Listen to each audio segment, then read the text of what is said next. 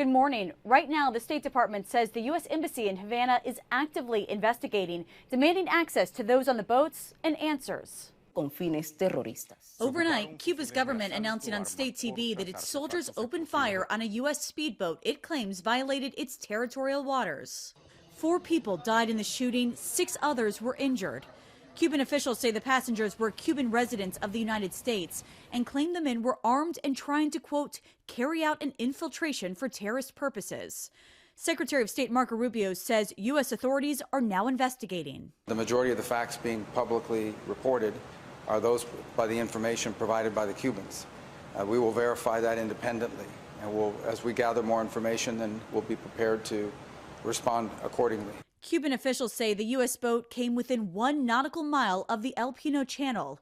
As a Cuban border guard boat approached, the U.S. boat reportedly opened fire, wounding the Cuban commander. Cuban troops then returned fire. First of all, we can't trust anything that the Cubans say. So if they say it was only a mile offshore, then that opens questions like what was that speedboat doing there, because it was within the 12 nautical mile legal limit of sovereign territory of Cuba. If it was outside of 12 miles and this happened, which we will be able to probably determine, then that is something very, very different, and that becomes a very big diplomatic incident. The New York Times reporting the speedboat was trying to get relatives out of Cuba.